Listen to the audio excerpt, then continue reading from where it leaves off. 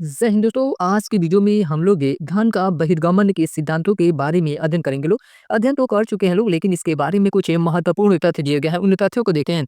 दादाबाई नौरोजी ने 1867 ईस्वी में ईस्ट इंडिया एसोसिएशन की बैठक में इंग्लैंड से डेप्ट टू इंडिया में पहली बार धन के बहिर्गमन सिद्धांत को प्रस्तुत किया। धन के बहिर्गमन ने का सिद्धांत को प्रस्तुत किसने किया था? तो दादाबाई नौरोजी ने। और कब किया था? तो 1867 ईस्वी में किया था। और कहाँ पे किया था, यानी कि किस बैठक में किया था? तो ईस्ट इंडिया एसोसिएशन की बैठक में इंग्लैंड से डेप्ट टू इंडिया में पहली बार इसका सिद्धांत को प्रस्तुत किया। दादाबाई नौरोजी को प्रति व्यक्ति आय का अनुमान लगाने वाला प्रथम में राष्ट्रवादी नेता माना जाता है। धन के निष्कासन से संबंधित दादाबाई नौरोजी की पुस्तक the poverty and un British rule in India, ये जो पुस्तक है ये बहुत इंपॉर्टेंट पुस्तक है। यहाँ से भी कई बार क्वेश्चन बना है कि the poverty and un British rule in India पुस्तक किसके द्वारा लिखी गई है? तो ये जो पुस्तक है दादाबाई नौरोजी ने लिखी है। उसके बाद दूसरी पुस्तक है the wants and means of India. तीसरी पुस्तक है on the commerce of India. ये सब किसकी पुस्तक है? तो ये तीन पुस्तकें दादाबाई नौरोजी की है। दादाबाई नौरोजी ने इसे निष्कासन को अनिष्टों का अनिष्ट कहा था। इसे निष्कासन को दादाबाई नौरोजी ने क्या कहा था? तो अनिष्टों का अनिष्ट कहा था। रमेश चंद्र दत्त ने अपनी पुस्तक economic history of A British India में धन का बहिर्गमन सिद्धांत का प्रतिपादन किया है। जो रमेश चंद्र दत्त है, इनकी पुस्तक का नाम क्या है? Economic history of A British India. और इसी पुस्तक में इन्होंने धन के बहिर्गमन का सिद्धांत का प्रतिपादन किया है। 1813 ईस्वी में संपत्ति का दोहन और भी बढ़ा, जिसे कार्ल मार्क्स ने ब्रीडिंग प्रोसेस की संज्ञा दी। दूसरी ओर दादाबाई नौरोजी के धन निष्कासन सिद्धांत ने अंग्रेजों द्वारा ब्रिटेन को भेजी जाने वाली पूंजी को उजागर किया। 1896 ईस्वी में कांग्रेस के किस अधिवेशन में? तो कोलकाता अधिवेशन में इस सिद्धांत को स्वीकार कर लिया गया। सार्वजनिक ऋण के माध्यम से भी अत्यधिक पैसा भारत से ब्रिटेन गया। जो सर्वाधिक पैसा था वह सार्वजनिक ऋण के माध्यम से भी अत्यधिक पैसा भारत से ब्रिटेन गया। 19वीं सदी के अंत तक यह दोहन भारत की राष्ट्रीय आय का लगभग 9% था। कितना प्रतिशत था? तो लगभग 9% था। दादाबाई नौरोजी के अतिरिक्त जस्टिस से महादेव गोविंद रनाडे, रमेश चंद्र दत्ते, गोपाल कृष्ण गोखले, जी सुब्रमण्यम अय्यर तथा पृथ्वी चंद्र राय भी भारत के प्रमुख आर्थिक विश्लेषकों में से थे। इनके अनुसार भारतीय धन इंग्लैंड पहुंचकर वापस से भारत आता है तथा पुनः उसे यहाँ पूंजी के रूप में लगा दिया जाता है। इस प्रकार देश के शोषण का दुष्ट चक्र बन चुका है। अगला टॉपिक है भारत में आधुनिक उद्योगों का विकास। अगला टॉपिक का नाम है कि भारत में किस तरह आधुनिक उद्योगों का विकास हुआ था। भारत में प्रथम में सूती कपड़ा मिल 1818 ईस्वी में फोर्ट ग्लास्टर में स्थापित की गई थी। कहाँ पे की गई थी? तो फोर्ट ग्लास्टर में प्रथम में सूती कपड़ा मिल स्थापित की गई थी।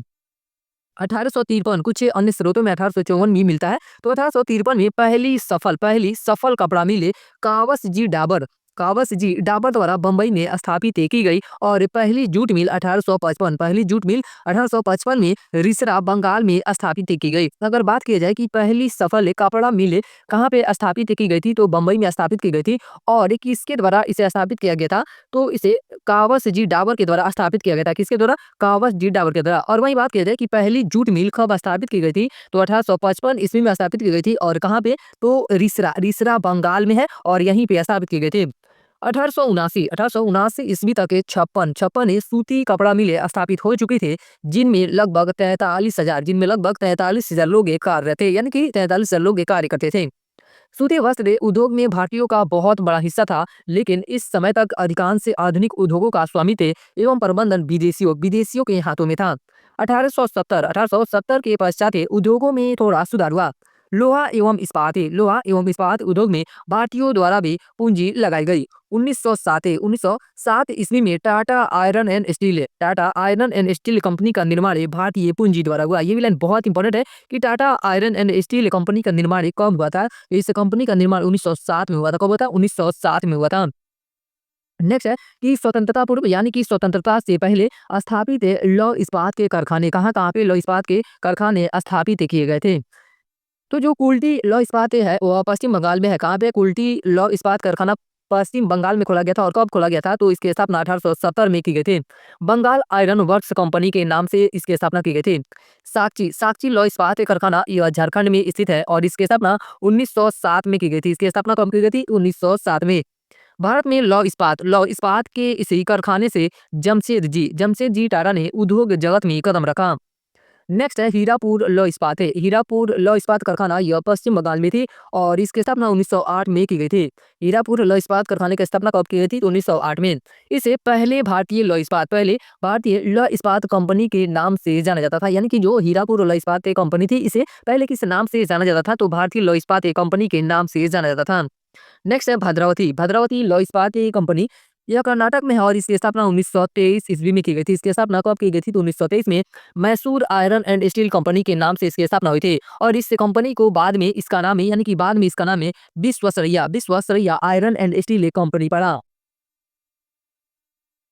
नेक्स्ट है बर्नपुर लौह इस्पात कारखाना यह पश्चिम बंगाल में है और इसकी भी स्थापना 1937 में की गई थी। बर्नपुर लौह इस्पात कारखाने की स्थापना कब की गई थी? तो 1937 में। पहले स्टील कॉर्पोरेशन ऑफ बंगाल के नाम से स्थापित, यानी कि पहली जो स्थापित हुई थी यह स्टील कॉर्पोरेशन ऑफ बंगाल के नाम से इसे स्थापित किया गया था। इस कारखाने के बाद में Indian iron and steel company में विलय कर दिया गया, यानी कि यह जो कारखाना थी इसे Indian iron and steel company में इसे मर्ज कर दिया गया, यानी कि विलय कर दिया गया। भारत में पहला कारखाना सेरामपुर कहाँ पे? तो बंगाल में। सेरामपुर बंगाल के निकट रिसरा में 1855 में शुरू किया गया। जूट उद्योग पर यूरोपियनों का आधिपत्य था। ये भी लाइन इंपॉर्टेंट है कि भारत में पहला जूट कारखाना कहाँ पे खोला गया था? तो श्रीरामपुर बंगाल के निकट रिसरा में स्थापित किया गया था और कब किया गया था? तो 1855 ईस्वी में। 1919 ईस्वी में बिरला जूट कंपनी की स्थापना हुई। 1919 में किस कंपनी की स्थापना हुई थी? बिरला जूट कंपनी की स्थापना हुई थी। अगला टॉपिक है ब्रिटिश से भारत के प्रमुख कारखाना अधिनियम। ये भी टॉपिक जो है यह इंपॉर्टेंट है। कारखाना अधिनियम 1881 जो है था वह किसके कार्यकाल में या किसके शासनकाल में था? तो लॉर्ड रिपन के काल में इस अधिनियम को पारित किया गया था या लाया गया था। नेक्स्ट है कारखाना अधिनियम 1891 यह लॉर्ड लैंसडाउन के काल में आया था। कारखाना अधिनियम 1911 इसे लॉर्ड हार्डिंग द्वितीय के शासनकाल में लाया गया था। कारखाना अधिनियम 1922 यह लॉर्ड रीडिंग के काल में आया था। कारखाना अधिनियम 1934 यह लॉर्ड वेलिंगटन के शासनकाल में आया था। कारखाना अधिनियम 1946 जो था यह लॉर्ड वेवेल के काल में आया था। किसके काल में आया था? तो लॉर्ड वेवेल के काल में यह आया था। नेक्स्ट है इसे लेसन पे आधारित स्मरणीय तथ्यों को देखते हैं लोग। पलासी युद्ध के पश्चात बंगाल की दीवानी प्राप्त करने के बाद कंपनी के गवर्नर जनरल वारेन हेस्टिंग्स ने 1772 ईस्वी में बंगाल में द्वैध शासन व्यवस्था को समाप्त कर फार्मिंग सिस्टम को इजारेदारी प्रथा भी कहते हैं। फार्मिंग सिस्टम यानी कि इजारेदारी प्रथा की शुरुआत भू राजस्व की वसूली के लिए जो वारेन हेस्टिंग्स था यह बंगाल में द्वैध शासन ने व्यवस्था को कब समाप्त किया? तो 1872 ईस्वी में समाप्त कर दिया। और जो इजारेदारी प्रथा थी यह किसके द्वारा चलाया गया था? तो वारेन हेस्टिंग्स के द्वारा इस प्रथा को चलाया गया था। कभी कभी एग्जाम में ऐसे भी क्वेश्चन बनता है कि जो इजारेदारी व्यवस्था है इसका संबंध किससे है? तो जी इसका संबंध इजारेदारी प्रथा या व्यवस्था से इसका संबंध भू राजस्व से हो जाएगा। फार्मिंग सिस्टम यानी कि इजारेदारी प्रथा में भूमि को लगान वसूली हेतु ठेके पर दिए जाने की प्रथा शुरू की गई, जिसे इजारा नाम दिया गया। कालांतर में यानी कि आगे चलकर कालांतर में इसे अस्थायी बंदोबस्त व्यवस्था में रूपांतरित किया गया, यानी कि जो फार्मिंग सिस्टम थी इजारेदारी व्यवस्था थी या प्रथा थी इसे कालांतर में इसे अस्थायी बंदोबस्त व्यवस्था के रूप में रूपांतरित किया गया। जमींदारों द्वारा कृषक से मांगे गए अवैध उपकर या बेगारी को वेथी कहते थे। जो जमींदारों द्वारा कृषक से मांगे गए अवैध उपकर या बेगारी को क्या कहा जाता था? तो वेथी कहा जाता था। Catherine Mayo, Aldous Huxley, Charles Andrews एवं विलियम डिग्बी ने सम्मिलित रूप से ब्रिटिश शासन के दौरान भारत के हालात कृषि उद्योग संबंधी पर टिप्पणियां लिखी। नेक्स्ट है कि राष्ट्रीय आय का प्रथम वैज्ञानिक आकलन। ये भी इंपॉर्टेंट है कि राष्ट्रीय आय का प्रथम वैज्ञानिक आकलन 62 रुपया डॉक्टर भी के आर भी राव ने किया था। भारतीय इतिहास का सर्वाधिक भयंकर अकाल 1876 से लेकर 1878 के बीच में आया था और कहाँ पे, तो मद्रास, मैसूर, हैदराबाद, महाराष्ट्र, पश्चिमी संयुक्त प्रांत और पंजाब में पड़ा था। कब पड़ा था? तो 1876 से 78 ईस्वी में। रजनी पामदत्त की पुस्तक इंडिया टुडे ने भारत में ब्रिटिश औपनिवेशिक के काल के विभिन्न चरणों का उल्लेख किया। बंगाल और बिहार में भूमि पर किराएदारों के अधिकार को बंगाल किराएदारी अधिनियम 1885 द्वारा स्वीकार किया गया। ब्रिटिश से हाउस ऑफ कॉमन्स में चुने जाने वाले प्रथम भारतीय दादाबाई नौरोजी थे। ये भी लाइन बहुत इंपॉर्टेंट है कि ब्रिटिश से हाउस ऑफ कॉमन्स में चुने जाने वाले प्रथम भारतीय कौन थे? तो दादाबाई नौरोजी थे, जिन्होंने ब्रिटिश से हाउस ऑफ कॉमन्स में उदारवादी दल की सीट पर चुनाव लड़ा एवं जीत दर्ज की। ये किस पार्टी या किस दल की सीट पर चुनाव लड़े थे? तो उदारवादी दल की सीट पर चुनाव लड़े थे। उसके बाद ही अगला टॉपिक है भी, इसे लेसन पे आधारित है, बीपीएससी के द्वारा पूछे गए प्रश्न है, जिसमें सबसे पहला प्रश्न है कि रैयतवाड़ी व्यवस्था सर्वप्रथम कहाँ लागू की गई थी? तो जो रैयतवाड़ी व्यवस्था थी सबसे पहले मद्रास में से लागू की गई थी। कहाँ पे लागू की गई थी? तो मद्रास में से लागू की गई थी। नेक्स्ट है कि वह प्रथा जिसके तहत किसान स्वयं भूमि का मालिक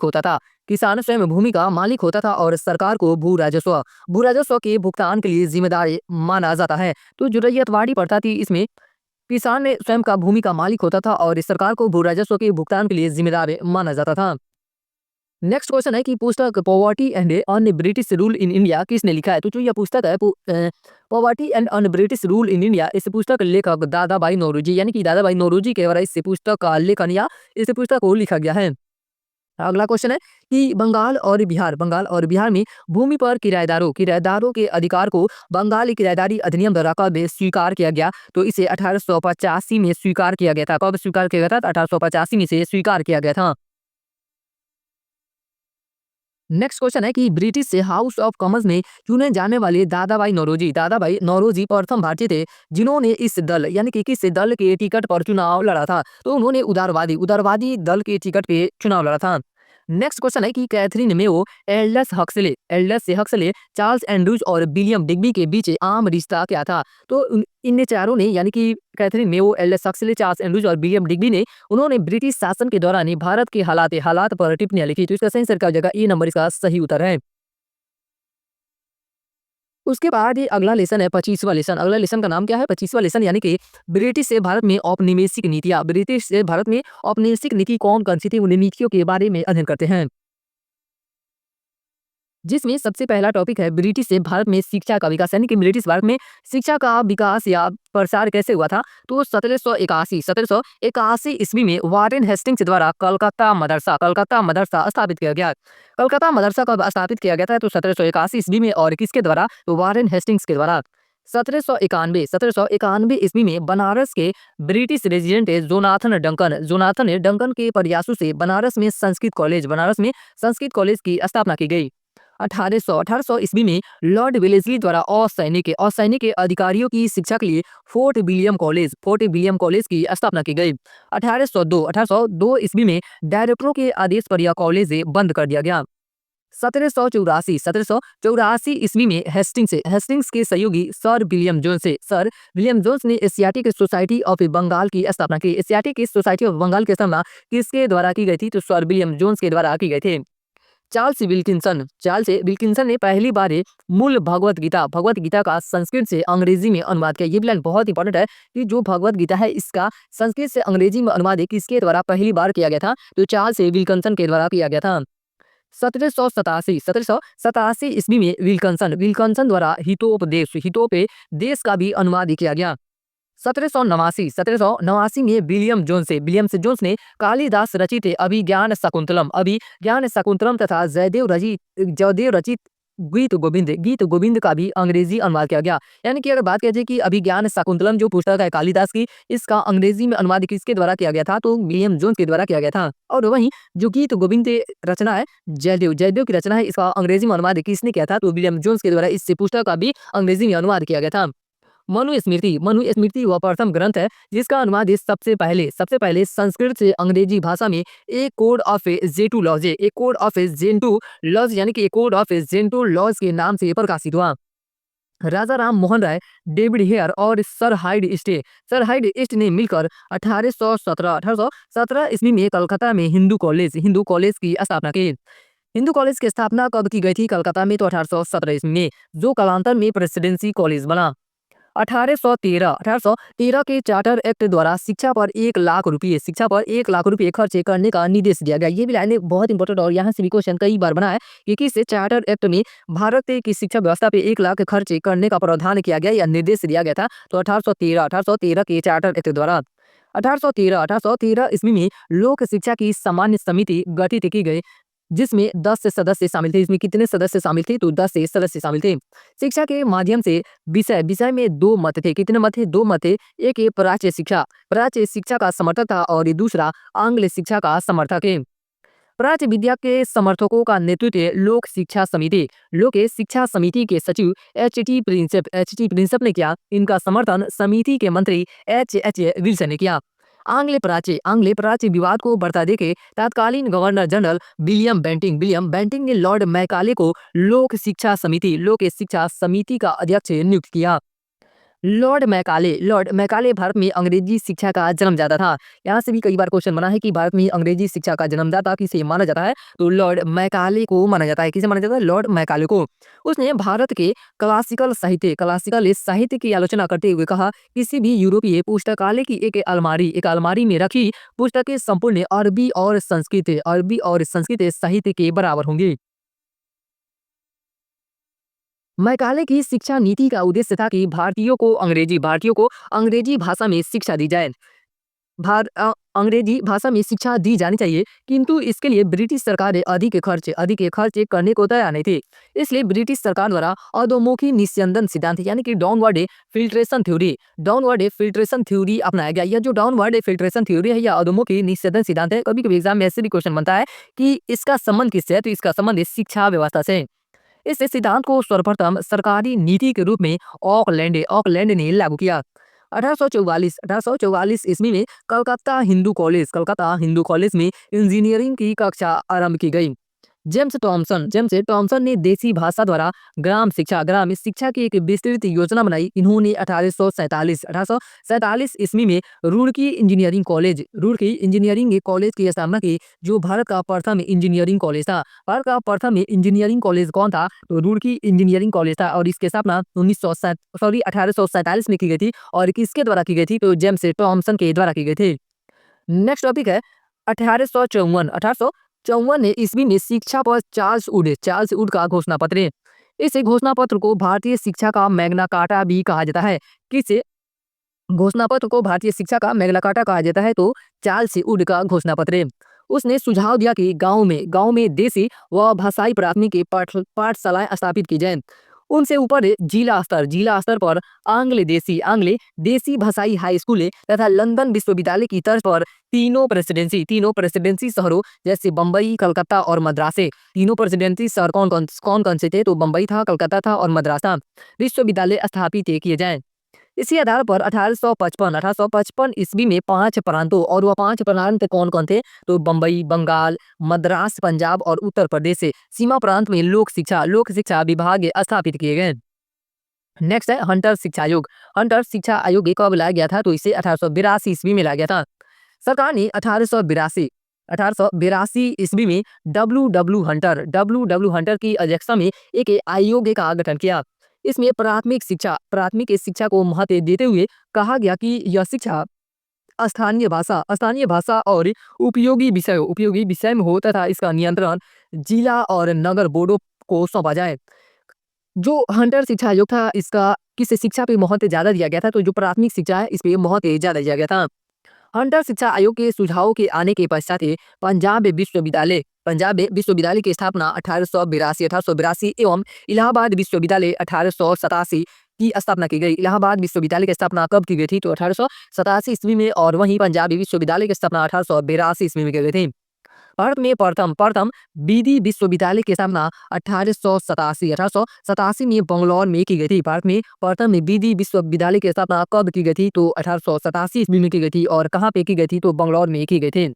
नेक्स्ट है भारतीय विश्वविद्यालय अधिनियम इसे 1904 में लाया गया था। कब लाया गया था? 1904 ईस्वी में।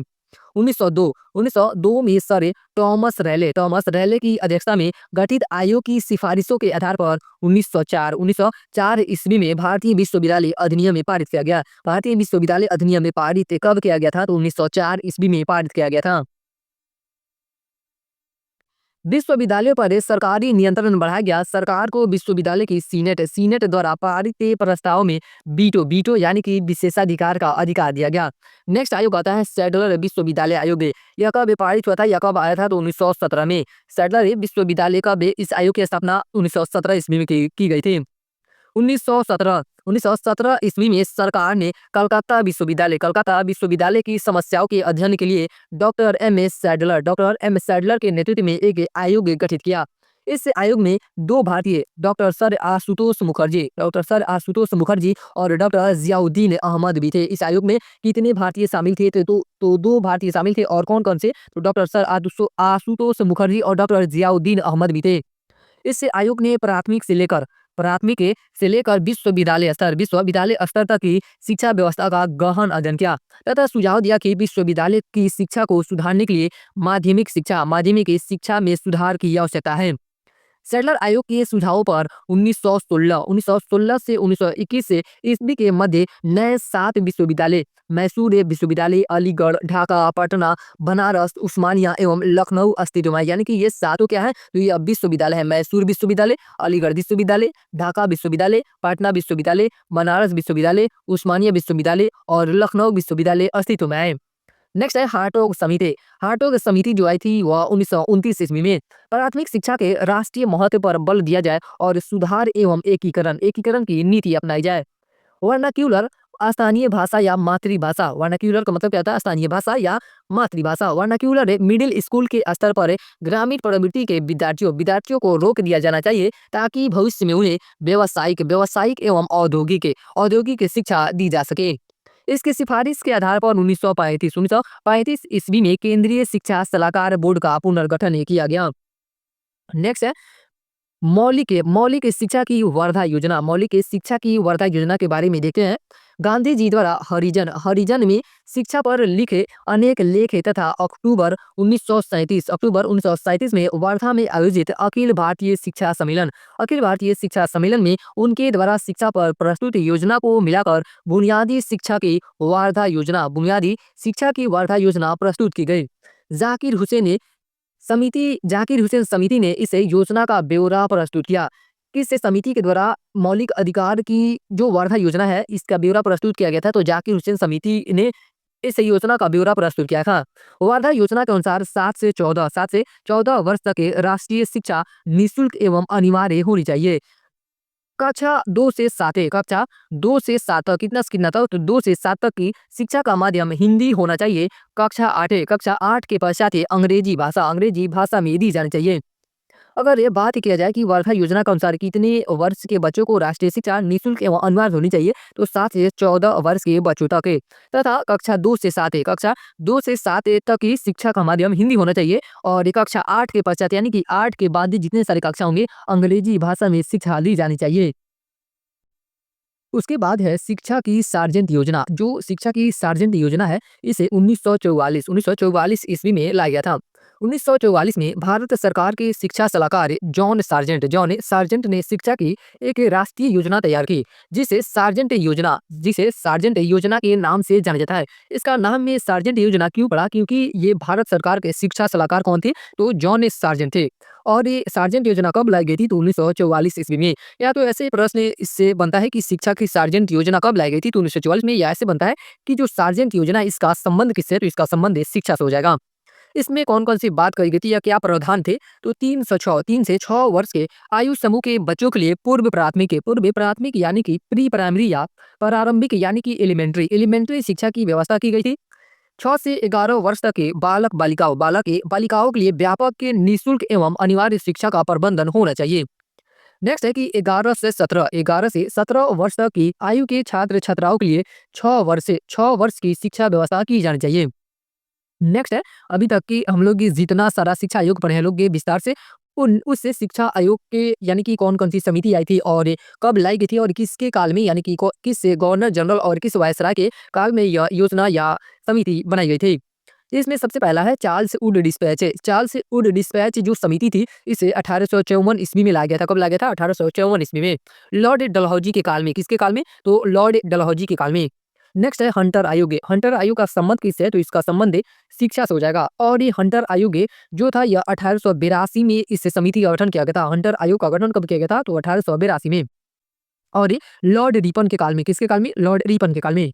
नेक्स्ट है रैले आयोग। रैले आयोग का गठन 1902 ईस्वी में किया गया था, लॉर्ड कर्जन के काल में। सैडलर आयोग। सैडलर आयोग का गठन 1917 ईस्वी में लॉर्ड चैम्सफोर्ड के काल में किया गया था। इंचकैप आयोग का गठन 1923 ईस्वी में किया गया था, लॉर्ड रीडिंग के काल में।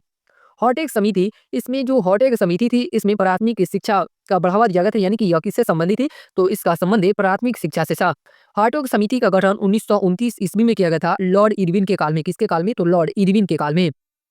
नेक्स्ट है लिंडसे आयोग। लिंडसे आयोग में किसका प्रावधान था? तो इसमें प्रौढ़ शिक्षा का प्रावधान किया गया था, लिंडसे आयोग। और लिंडसे आयोग का गठन 1929 में किया गया था और लॉर्ड इरविन के काल में किया गया था।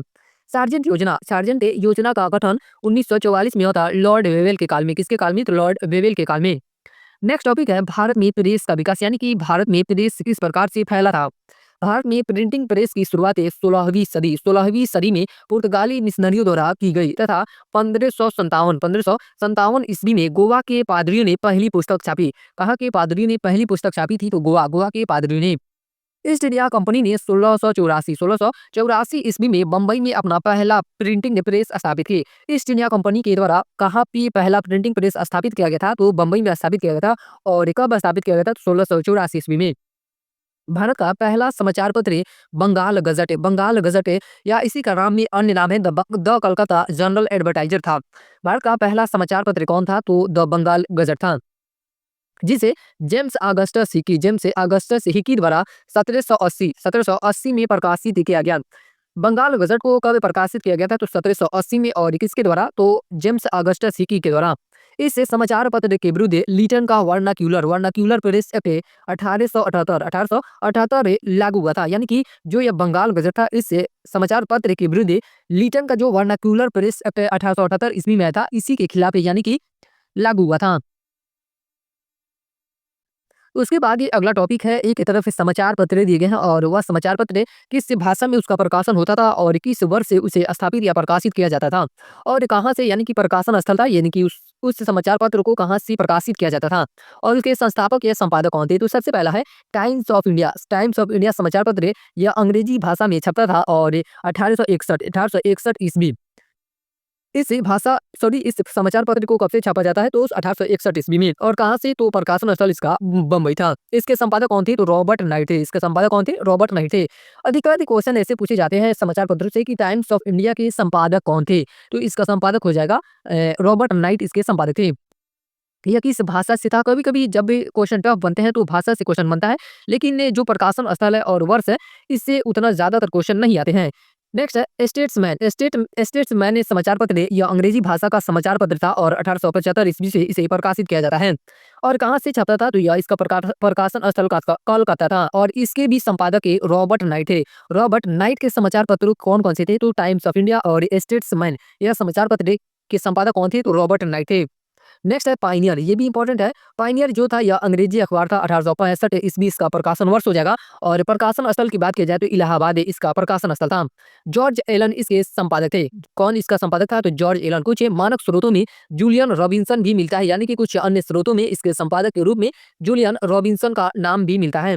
नेक्स्ट है सिविल एंड मिलिट्री गजट यह अंग्रेजी में आता था और 1876 ईस्वी में यह छपा था। प्रकाशन स्थल यह लाहौर था। प्रकाशन स्थल इसका कहाँ था? तो लाहौर था। और इसके भी संपादक कौन थे? तो रॉबर्ट ए नाइट थे। इसके संपादक कौन थे? रॉबर्ट ए नाइट थे।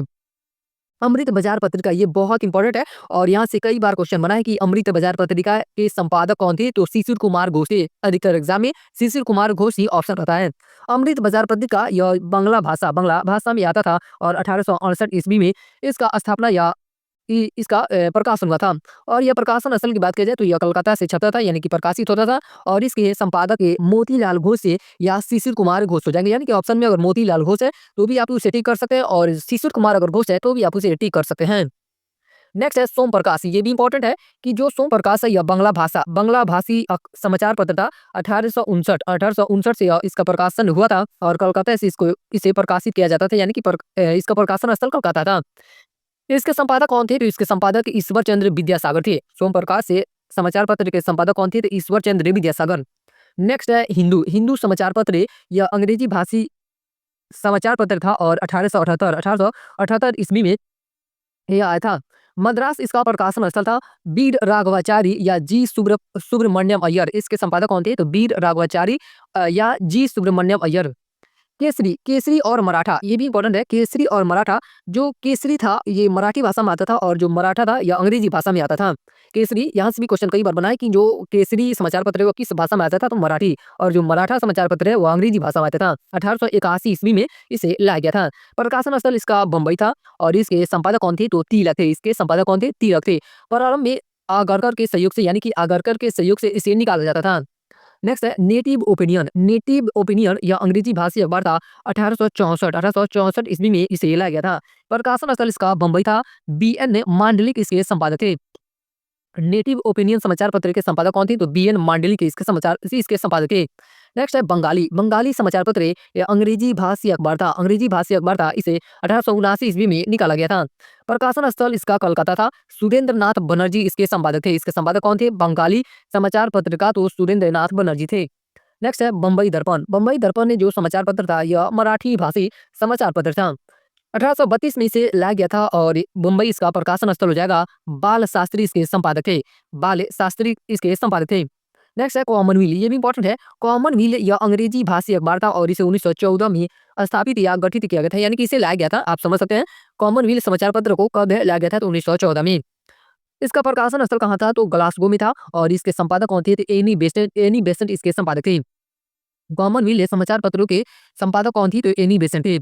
कवि वचन सुधा समाचार पत्र है, यह हिंदी भाषी अखबार था या समाचार पत्र था। 1867 ईस्वी में इसे लाया गया था। संयुक्त प्रांत उत्तर प्रदेश इसका प्रकाशन स्थल संयुक्त प्रांत था। भारतेंदु हरिश्चंद्र इसके संपादक थे। हरिश्चंद्र मैगजीन ये भी हिंदी में आती थी और 1872 में इसे लाई गई थी। संयुक्त प्रांत उत्तर प्रदेश से इसका प्रकाशन होता था और भारतेंदु हरिश्चंद्र इसके संपादक थे। नेक्स्ट है हिंदुस्तान स्टैंडर्ड यह अंग्रेजी भाषी अखबार था और इसे 1899 ईस्वी में लाया गया था। कलकत्ता इसका प्रकाशन स्थल था और सच्चिदानंद सिन्हा इसके संपादक थे। हिंदी प्रदीप हिंदी भाषी अखबार था। 1877 में इसे लाया गया था और संयुक्त प्रांत उत्तर प्रदेश इसका प्रकाशन स्थल था। बालकृष्ण भट्ट इसके संपादक थे। नेक्स्ट है इंडियन रिव्यू जो था यह समाचार पत्र है, यह अंग्रेजी भाषी अखबार था। इंडियन रिव्यू अंग्रेजी भाषी अखबार था। 1900 ईस्वी में इसे लाया गया था। प्रकाशन स्थल इसका मद्रास था। GA नटेशन इसके संपादक थे।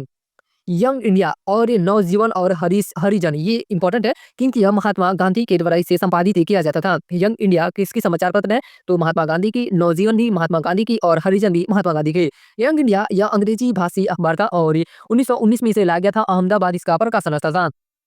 इसके संपादक कौन थे? तो इसके संपादक महात्मा गांधी थे। नवजीवन समाचार पत्र हिंदी और गुजराती भाषी अखबार था। 1919 से में इसे भी लाया गया था। अहमदाबाद इसका प्रकाशन स्थल था। महात्मा गांधी इसके संपादक थे। नेक्स्ट है हरिजन जो था यह अंग्रेजी हिंदी गुजराती भाषा में इसे लाया गया था, यानी कि आता था और 1933 में यह आया था। पूना इसका जो था प्रकाशन स्थल था। जो हरिजन समाचार पत्र था इसका प्रकाशन स्थल कहाँ था? तो पूना। महात्मा गांधी इसके संपादक थे।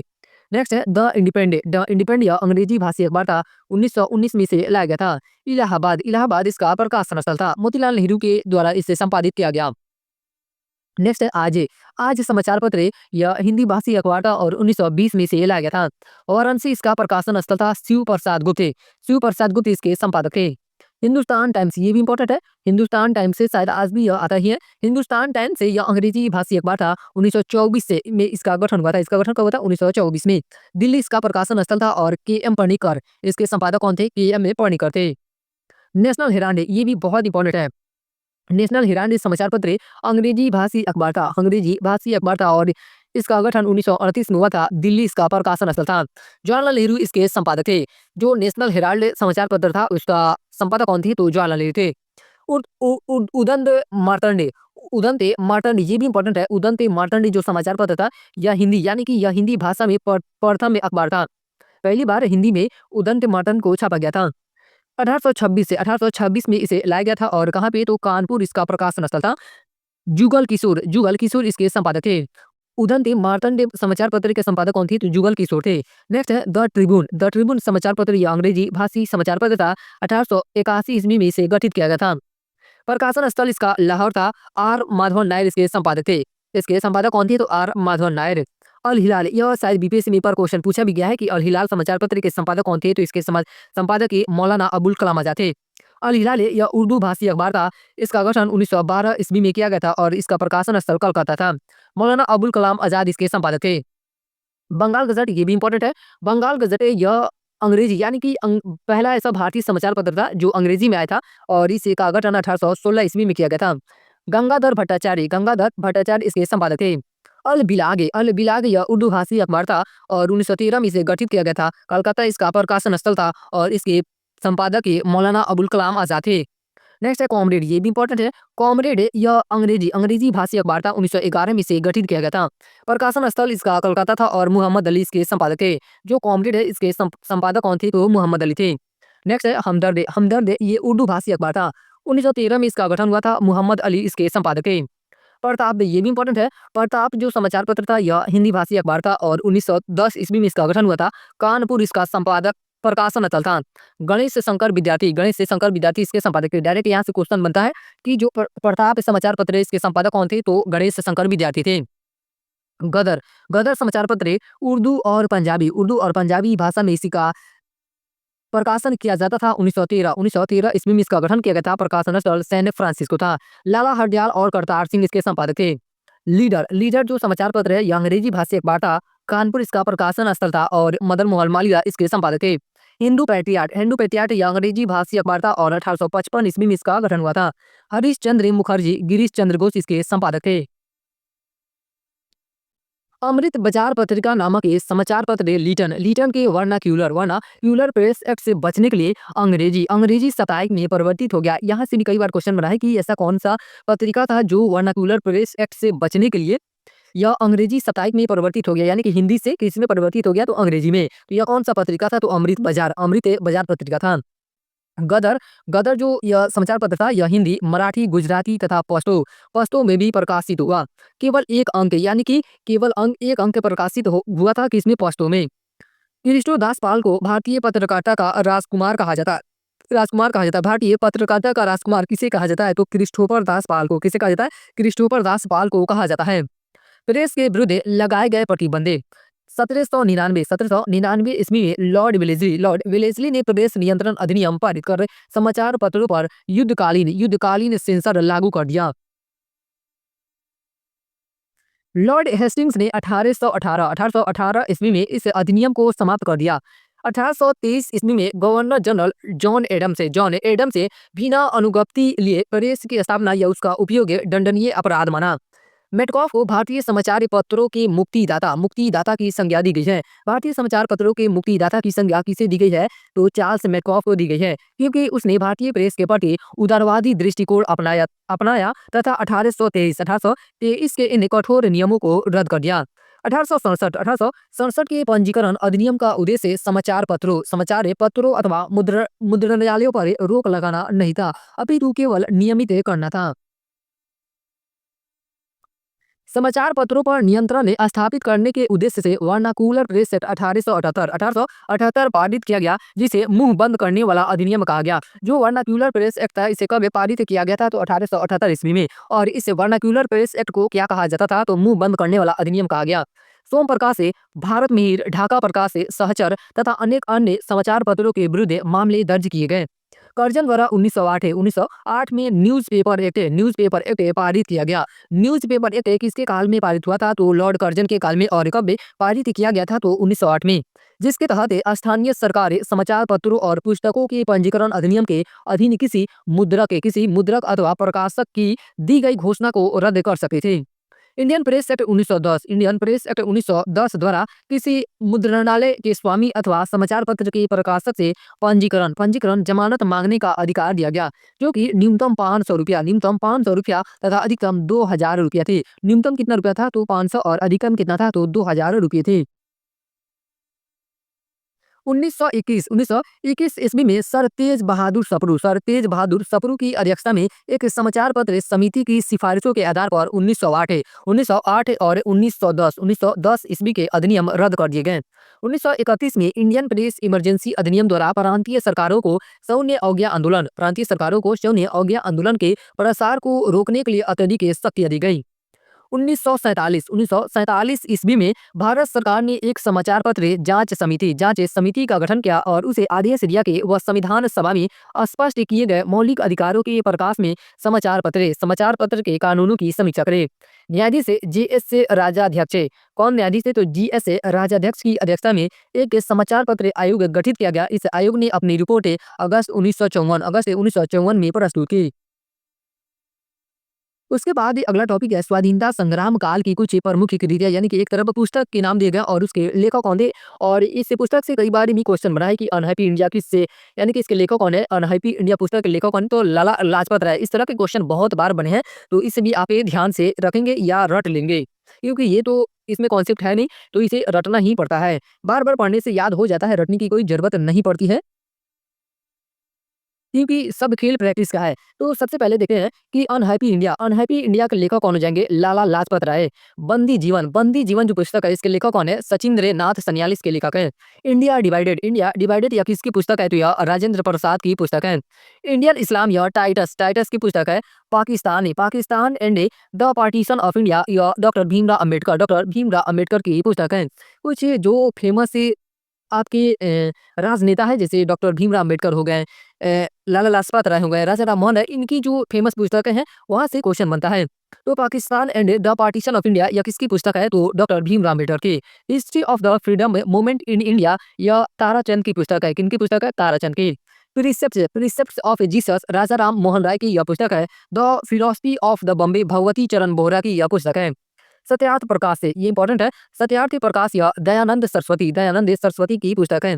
Poverty and un British rule in India, ये भी इंपॉर्टेंट है, poverty and un British rule in India यह दादा भाई नौरोजी की पुस्तक है। यह किनकी पुस्तक है? तो दादा भाई नौरोजी की। इंडिया मीन्स फ्रीडम या मौलाना अबुल कलाम आजाद की यह पुस्तक है। डिस्कवरी ऑफ इंडिया यह पुस्तक जवाहरलाल नेहरू की है। द स्कोप ऑफ हैप्पीनेस यह विजय लक्ष्मी पंडित की पुस्तक है।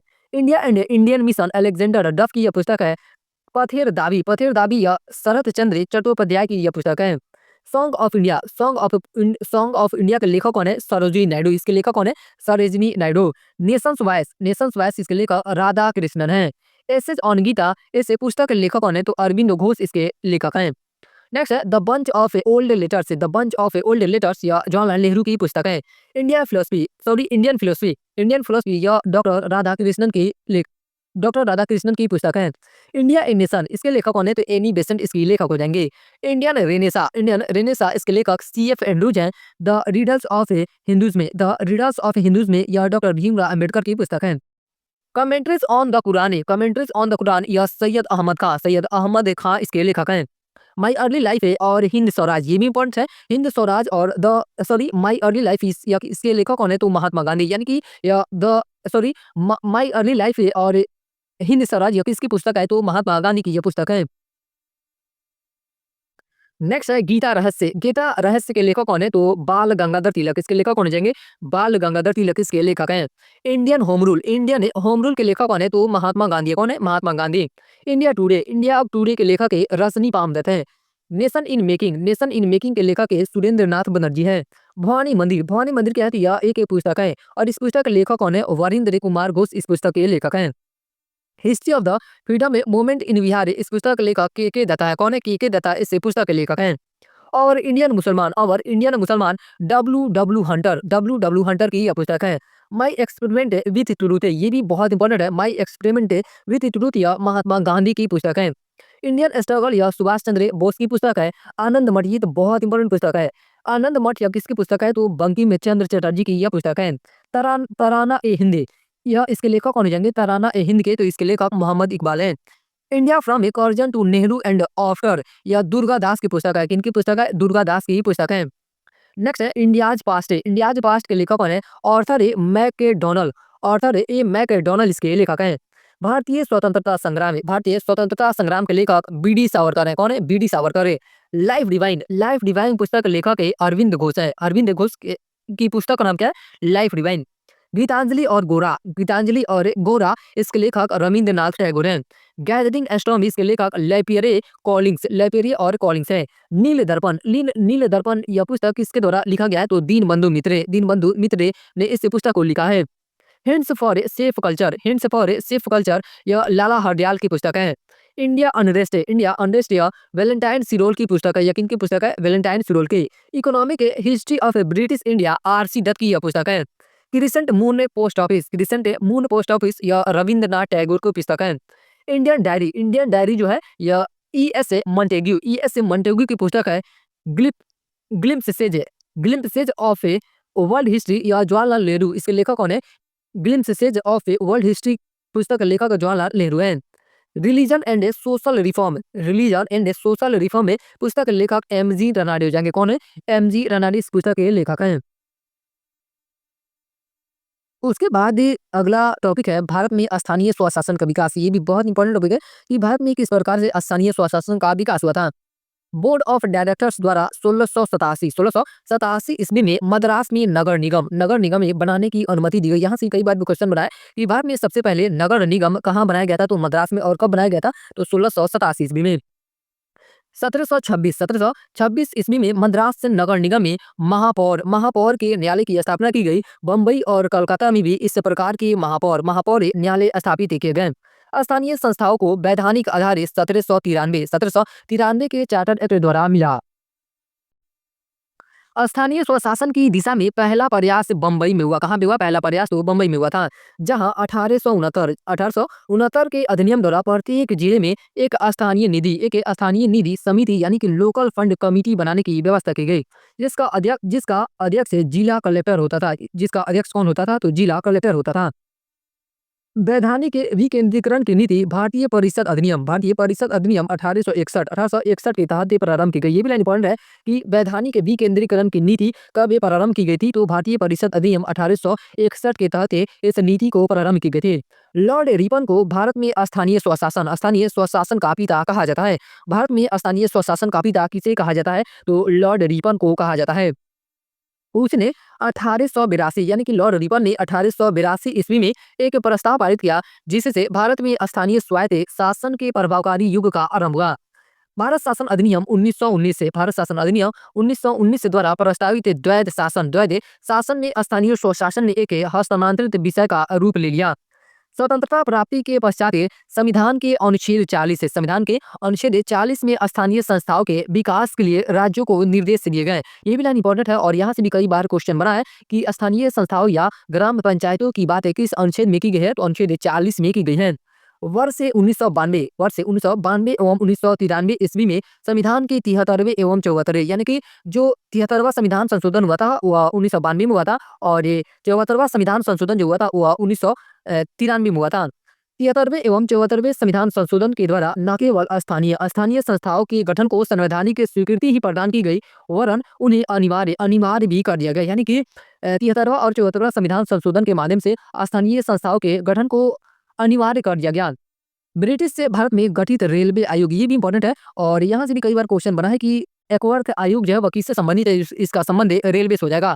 उसी तरह है थॉमस रॉबर्टसन आयोग, इसका संबंध भी रेलवे से हो जाएगा। तो देखिए लोग, ब्रिटिश से भारत में गठित रेलवे आयोग कौन कौन सा है? तो सबसे पहला है थॉमस रॉबर्टसन आयोग। इसका गठन 1901 में हुआ था। इसका गठन कब हुआ था? 1901 में। और किसके काल में? यानी कि उस समय वायसराय कौन था? तो लॉर्ड कर्जन के काल में थॉमस रॉबर्टसन आयोग का गठन किया गया था। नेक्स्ट है एकवर्थ आयोग का गठन 1920 में किया गया था, लॉर्ड चेम्सफोर्ड के काल में। किसके काल में? लॉर्ड चेम्सफोर्ड के काल में। नेक्स्ट टॉपिक है ब्रिटिश से भारत में अकाल आयोग। ब्रिटिश से भारत में कितने अकाल आयोग गठित किए गए थे और कब किए गए थे और उस समय कौन सा वायसराय था? तो सबसे पहला है कैंपबेल आयोग। यहाँ से अभी तक जो हम बता रहे हैं कि जैसे कैंपबेल आयोग, इसका संबंध किससे? तो इसका संबंध अकाल से हो जाएगा। कैंपबेल आयोग का जो गठन हुआ था वह 1866 ईस्वी में हुआ था, और किसके काल में? तो सर जॉन लॉरेंस के काल में इसका गठन किया गया था। एस्टेची आयोग की का गठन या स्थापना 1880 ईस्वी में किया गया था, लॉर्ड लीटन के काल में। किस वायसराय के काल में? तो लॉर्ड लीटन के काल में। लॉयल आयोग नेक्स्ट है, लॉयल आयोग का गठन 1897 ईस्वी में किया गया था। लॉयल आयोग का गठन 1897 ईस्वी में किया गया था लॉर्ड एल्गिन द्वितीय के काल में। मैकडॉनल्ड आयोग का गठन 1900 ईस्वी में किया गया था लॉर्ड कर्जन के काल में। वुडहेड आयोग का गठन 1944 ईस्वी में किया था लॉर्ड वेवेल के काल में। किसके काल में? तो लॉर्ड वेवेल के काल में। नेक्स्ट है लोक सेवा आयोग का विकास से। अगला टॉपिक है कि भारत में किस प्रकार से लोक के सेवा का विकास हुआ था। नागरिक सेवा या सिविल सर्विस का जन्मदाता लॉर्ड कॉर्नवालिस था। लॉर्ड कॉर्नवालिस को माना जाता है, यानी कि भारत में नागरिक सेवा का जन्मदाता या सिविल सर्विस का जन्मदाता किसे माना जाता है? तो लॉर्ड कॉर्नवालिस को माना जाता है। ब्रिटिश भारत में लोक सेवा संबंधी आयोग कौन कौन से थे? तो सबसे पहला है एचिंसन आयोग। एचिंसन आयोग का गठन 1886 ईस्वी में किया गया था लॉर्ड डफरिन के काल में। किसके काल में? लॉर्ड डफरिन के काल में एचिंसन आयोग का गठन किया गया था। दूसरा है इसी लंगटन आयोग। इसका गठन 1912 में किया गया था। कब किया गया था? इसी लंगटन आयोग का गठन 1912 में हुआ था लॉर्ड हार्डिंग द्वितीय के काल में। किसके काल में? लॉर्ड हार्डिंग द्वितीय के काल में। ली आयोग का संबंध किससे? तो इसका संबंध सिविल सर्विस है और इसका गठन 1923 ईस्वी में किया गया था लॉर्ड रीडिंग के काल में। 1806 ईस्वी में उन्होंने कलकत्ता के कॉलेज की जगह इंग्लैंड में हेलीबरी कॉलेज की एक चयन समिति तथा बोर्ड ऑफ डायरेक्टर्स की स्थापना की, जिसके द्वारा भारत में लोक सेवकों का चयन होता था। Charter act 1833। चार्टर एक्ट कौन सा? तो 1833 के द्वारा सीमित अर्थ में प्रतियोगिता से भर्ती की पद्धति आरंभ की गई। भारतीयों की भी नियुक्ति का रास्ता खुल गया, यानी कि प्रतियोगी परीक्षा में भारतीयों की नियुक्ति का रास्ता किस चार्टर एक्ट के द्वारा खुला था? तो चार्टर एक्ट 1833 के द्वारा। 1854 ईस्वी में मैकाले की अध्यक्षता में गठित समिति ने लोक सेवकों की नियुक्ति प्रतियोगी परीक्षा के आधार पर कराने का सुझाव दिया। जो मैकाले आयोग या सॉरी कराने का सुझाव दिया, इसके अनुसरण में भारतीय सिविल सेवा की पहली प्रतियोगी परीक्षा जुलाई 1855 में लंदन में आयोजित की गई। ये भी लाइन बहुत इंपॉर्टेंट है कि भारतीय सिविल सेवा की पहली प्रतियोगी परीक्षा कब की गई थी? तो 1855 में कराई गई थी और कहाँ पे? तो लंदन में इसे आयोजित की गई थी। 1860, 1866 तथा 1878 ईस्वी में लोक सेवा परीक्षा में बैठने की अधिकतम आयु कम करके क्रमशः 20, 21 और 19 वर्ष से कर दी गई, यानी कि 1860 में 20 वर्ष था और 1866 में उसे 21 वर्ष कर दिया गया और 1878 ईस्वी में उसे 19 वर्ष घटाकर कर दिया गया। इस तरह भारतीयों के लिए इसमें शामिल होने के अवसर कम कर दिए गए। 1919 ईस्वी के भारत शासन अधिनियम, जो 1919 का भारत शासन अधिनियम है, उसे मॉन्टेग्यू चेम्सफोर्ड सुधार अधिनियम भी कहा जाता है। इसे मॉन्टेग्यू चेम्सफोर्ड सुधार अधिनियम के नाम से जाना जाता है। इसके द्वारा सिविल सेवा परीक्षा एक साथ भारत और इंग्लैंड में लेने का निर्णय लिया गया। ये भी लाइन बहुत इंपॉर्टेंट है कि जो सिविल सेवा की परीक्षा है भारत और इंग्लैंड में एक साथ लेने का निर्णय किस अधिनियम के तहत किया गया था? तो 1919 का भारत शासन अधिनियम के तहत ये लिया गया था। पहली बार सिविल सेवा की परीक्षा एक साथ लंदन तथा इलाहाबाद में 1922 में आयोजित हुई।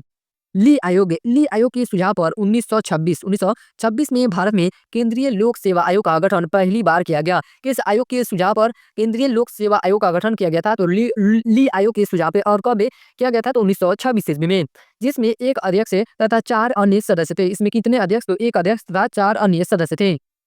भारत सरकार अधिनियम 1935 के तहत इसका नाम परिवर्तित कर संघीय लोक सेवा आयोग यानी कि एफपीएससी कर दिया गया। 26 जनवरी 1950 को भारतीय संविधान के लागू होने पर संघीय लोक सेवा आयोग का नाम बदलकर संघ लोक सेवा आयोग यानी कि यूपीएससी कर दिया गया। ये भी बहुत इंपॉर्टेंट है कि जो यूपीएससी का नाम है इसे कब बदलकर यूपीएससी किया गया था? तो 26 जनवरी 1950 को भारतीय संविधान के लागू होने पर संघीय लोक सेवा आयोग का नाम बदलकर संघ लोक सेवा आयोग यानी कि यूपीएससी कर दिया गया। उसके बाद ही अगला टॉपिक है न्याय प्रशासन का विकास से। न्याय प्रशासन का विकास से किस प्रकार से हुआ था?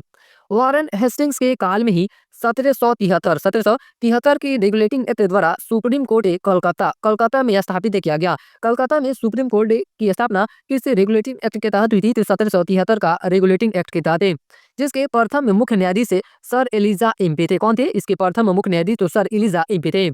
लॉर्ड कॉर्नवालिस ने 1793 में न्याय व्यवस्था को सुदृढ़ बनाया। इस व्यवस्था के अंतर्गत प्रत्येक जिले में एक दीवानी अदालत कायम की गई, जिसका प्रमुख जिला जज होता था। इसका प्रमुख कौन होता था? तो जिला जज होता था, जो नागरिक सेवा का सदस्य था। कॉर्नवालिस द्वारा फौजदारी न्यायालयों को समाप्त करके इनके स्थान पर चार भ्रमणशील न्यायालयों की स्थापना कोलकाता, ढाका, मुर्शिदाबाद एवं पटना में की गई।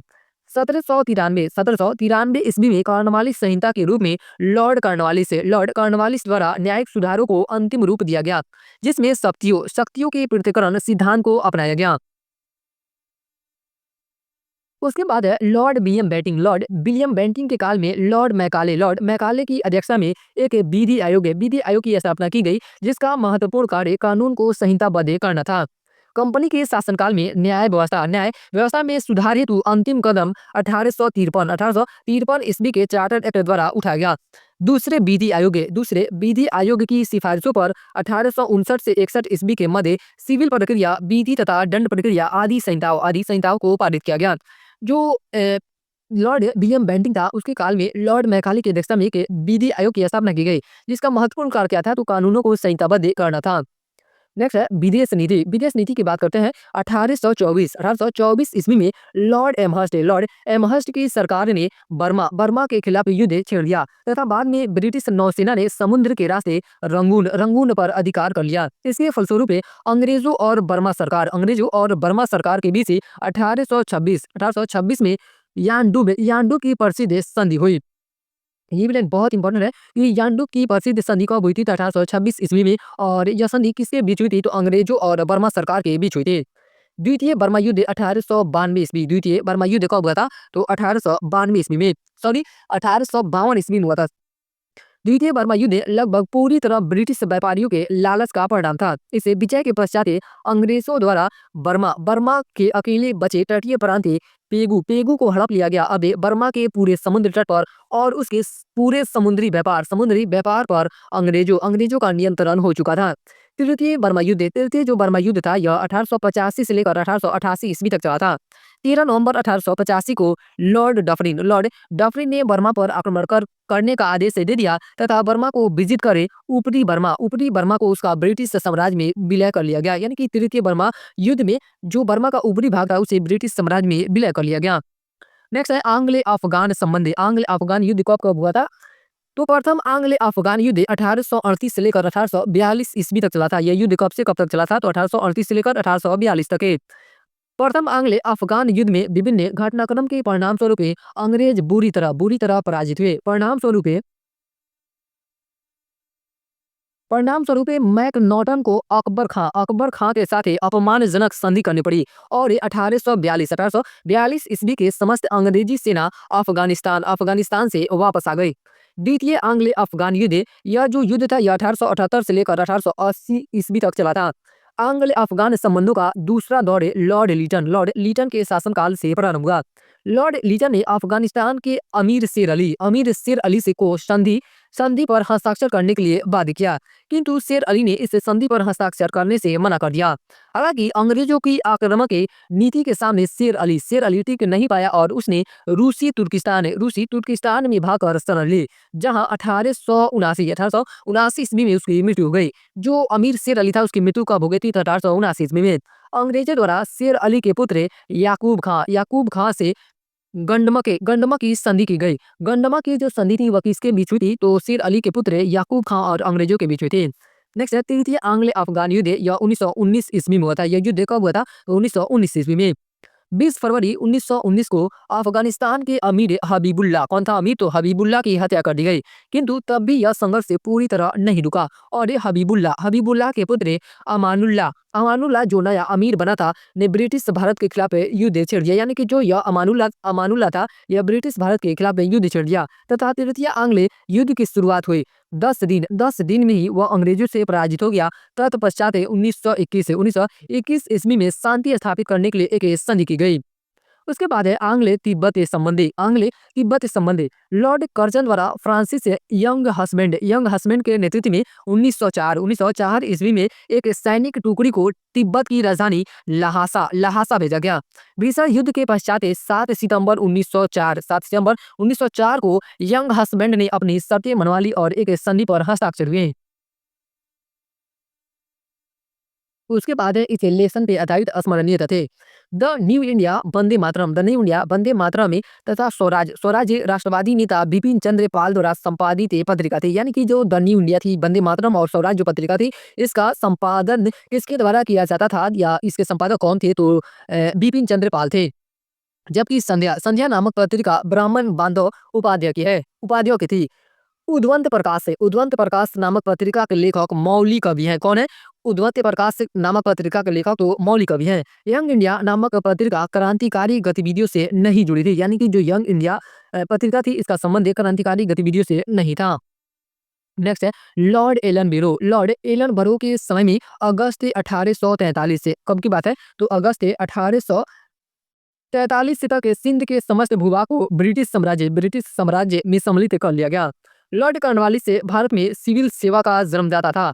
सिविल भारत में सिविल सेवा का जन्मदाता किसे माना जाता है? तो लॉर्ड कॉर्नवालिस को माना जाता है। तथा 1853 ईस्वी से यहाँ पर योगात्मक की परीक्षा होने लगी। 1863 में प्रथम भारतीय आईसीएस से सत्येंद्र नाथ टैगोर बने। सबसे प्रथम भारतीय आईसीएस से कौन बने थे? तो सत्येंद्र नाथ टैगोर बने थे। और कब बने थे? तो 1863 में। जबकि 1874 ईस्वी में सुरेंद्र नाथ बनर्जी को आईसीएस से हटाया गया। ब्रिटिश सरकार द्वारा कुल चार समाचार एजेंसियों की स्थापना की गई। ये भी लाइन बहुत इंपॉर्टेंट है कि जो ब्रिटिश सरकार थी, उसके द्वारा कुल कितने समाचार एजेंसियों की स्थापना की गई थी? तो कुल 4 समाचार एजेंसियों की स्थापना की गई थी। और वो कौन-कौन सी थी? तो पहला था राइटर, नेक्स्ट है एसोसिएटेड प्रेस ऑफ इंडिया, तीसरा था फ्री प्रेस न्यूज़ सर्विस और चौथा था यूनाइटेड प्रेस ऑफ इंडिया। ये सब किसके समाचार एजेंसियाँ थी? तो ब्रिटिश सरकार की समाचार एजेंसियाँ थी। नेक्स्ट है जी सुब्रमण्यम अय्यर ने द हिंदू तथा स्वदेश मित्रम समाचार पत्र की शुरुआत की। द हिंदू और स्वदेश मित्रम समाचार पत्र की शुरुआत किसके द्वारा की गई थी? तो जी सुब्रमण्यम अय्यर के द्वारा। History of the freedom movement in India पुस्तक ताराचंद के, यह पुस्तक इनके है तो ताराचंद के। भारत की प्रथम राष्ट्रीय समाचार agency the associated press of India है। भारत की प्रथम में राष्ट्रीय समाचार एजेंसी कौन है? तो the associated press of India. राजनीतिक सुधारों को लेकर विरोध करने वाले प्रथम में भारतीय दादा भाई नौरोजी थे। इंडिया नामक समाचार पत्र उदारवादियों का मुख्य पत्र था, जो इनकी गतिविधियों का प्रचार था। हिंदुस्तानी समाचार पत्र के संपादक गंगा प्रसाद वर्मा थे। जो हिंदुस्तानी समाचार पत्र था, इसके संपादक कौन थे? तो गंगा प्रसाद वर्मा थे। द इंडियन मुसलमान के लेखक डब्ल्यू हंटर है। कौन है? W Hunter. Michael Madhusudan Dutt ने दीनबंधु मित्र द्वारा लिखे गए बांग्ला नाटक नील दर्पण का अंग्रेजी अनुवाद किया। यानी कि जो यह नील दर्पण नाटक है, यह दीनबंधु मित्र के द्वारा बांग्ला भाषा में लिखा गया था। लेकिन जो माइकल मधुसूदन दत्त है, इस नाटक को नील दर्पण को अंग्रेजी में अनुवाद किया था। भारत में प्रथम विधि विश्वविद्यालय की स्थापना अगस्त 1887 में कर्नाटक के बेंगलोर में हुई थी। भारत में प्रथम विधि विश्वविद्यालय की स्थापना कब की गई थी? तो 1887 ईस्वी में। और कहाँ पे? तो कर्नाटक के बेंगलोर में। दुर्गेश नंदिनी नामक के उपन्यास के लेखक बंकिम चंद्र चटर्जी हैं। दुर्गेश नंदिनी नामक के उपन्यास के लेखक कौन है? तो बंकिम चंद्र चटर्जी हैं। उसके बाद है इस लेसन पे आधारित बीपीएससी में पूछे गए प्रश्न, जिसमें सबसे पहला प्रश्न कर है कि अबुल कलाम आजाद के द्वारा किस पत्रिका को संपादित किया गया था? तो जो अबुल कलाम आजाद ने पत्रिका संपादन किया था, यह अल हिलाल किसकी पत्रिका थी? तो यह अबुल कलाम आजाद की यह पत्रिका थी और इसके संपादक वही थे, यानी कि अबुल कलाम आजाद इसके संपादक थे। अगला क्वेश्चन है कि अनहैप्पी इंडिया पुस्तक के लेखक कौन है? अनहैप्पी इंडिया पुस्तक लेखक लाला लाजपत राय है। कौन है? लाला लाजपत राय अनहैप्पी इंडिया पुस्तक के लेखक हैं। नेक्स्ट है नीचे दिए गए विकल्पों में से राष्ट्रवादी समाचार पत्र कौन है? तो द हिंदू है, केसरी है, बंगाली है, हिंदुस्तानी है। सुधारक के संपादकों के नामों का सही संयोजन ज्ञात कीजिए। यानी कि द हिंदू, केसरी, बंगाली, हिंदुस्तानी, ये जो समाचार पत्र है, इसके संपादक कौन थे?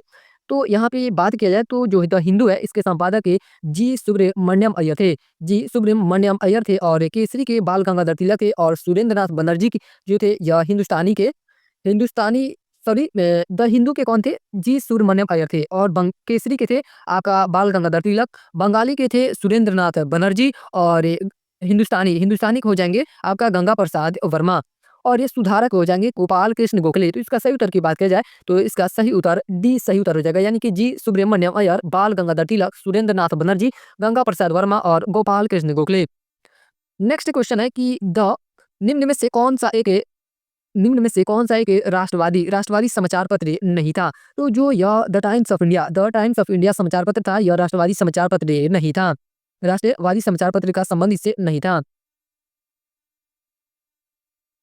नेक्स्ट है कि सुरेंद्र नाथ बनर्जी को किस वर्ष से भारतीय सिविल सर्विसेज से हटाया गया? तो इन्हें 1874 ईस्वी में भारतीय सिविल सर्विसेज से हटा दिया गया। नेक्स्ट है उद्वंत प्रकाश के लेखक कौन है? तो इसके लेखक मौली कवि हैं। उद्वंत प्रकाश के लेखक कौन हो जाएंगे? मौली कवि इसके लेखक हैं।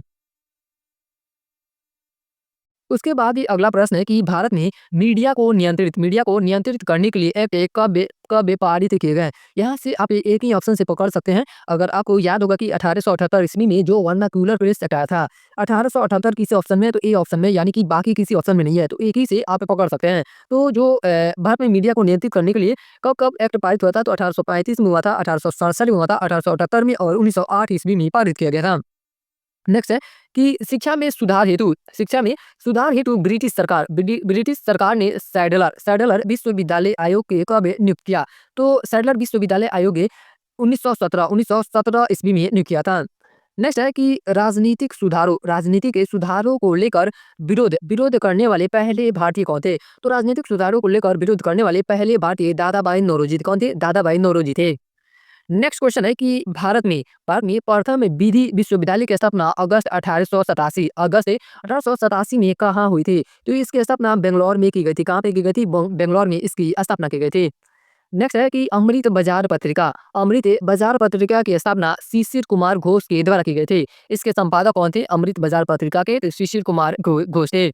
अगला क्वेश्चन है कि निम्नलिखित अखबारों में से कौन सा मुख्यतः उदारवादियों की गतिविधियों का प्रचारक था? तो जो यह लीडर समाचार पत्र था, यह उदारवादियों की गतिविधियों का प्रचारक था।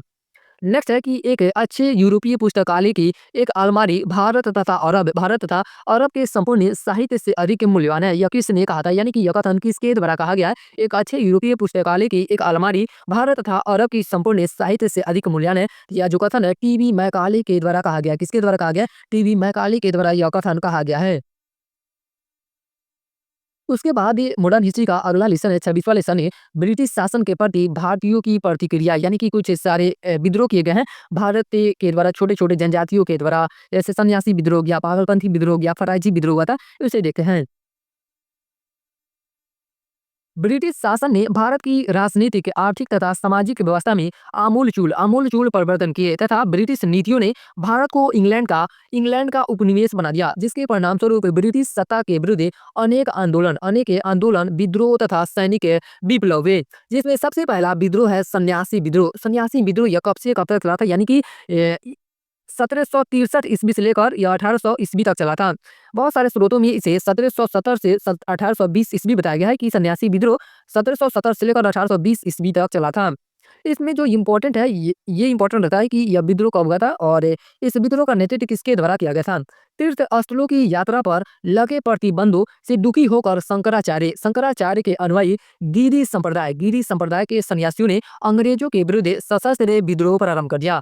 सन्यासी विद्रोह की शुरुआत 1763 से मानी जाती है। सन्यासी विद्रोह की शुरुआत कब से मानी जाती है? तो 1763 से मानी जाती है, जो लगभग 1800 ईस्वी तक चला। प्रारंभ में इसे समाप्त करने का श्रेय वारेन हेस्टिंग्स को दिया जाता है, यानी कि शुरुआत में सन्यासी विद्रोह को समाप्त करने का श्रेय किसे दिया जाता है? तो वारेन हेस्टिंग्स को दिया जाता है। सन्यासी लोगों ने जनता के साथ मिलकर अन्याय के विरुद्ध लड़ने की परंपरा को बनाए रखते हुए सबसे पहले कंपनी की कोठियों तथा कोष पर आक्रमण किया। सन्यासी विद्रोह का उल्लेख वंदे मातरम की रचयिता बंकिम चंद्र चट्टोपाध्याय ने अपनी उपन्यास आनंद मठ में किया है।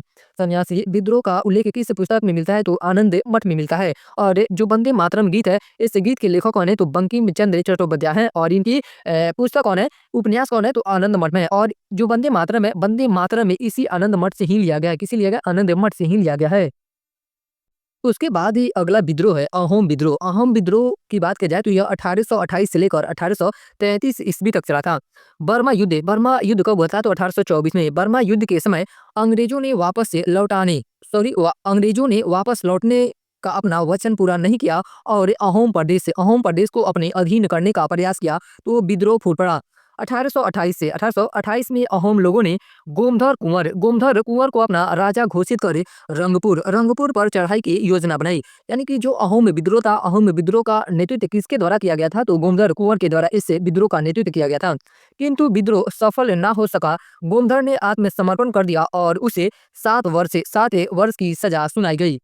पुनः असमियों ने रूपचंद्र कोनार के नेतृत्व में 1830 में विद्रोह की योजना बनाई। किसके नेतृत्व में असमियों ने 1830 में विद्रोह की योजना बनाई थी, तो रूपचंद्र कोनार के नेतृत्व में।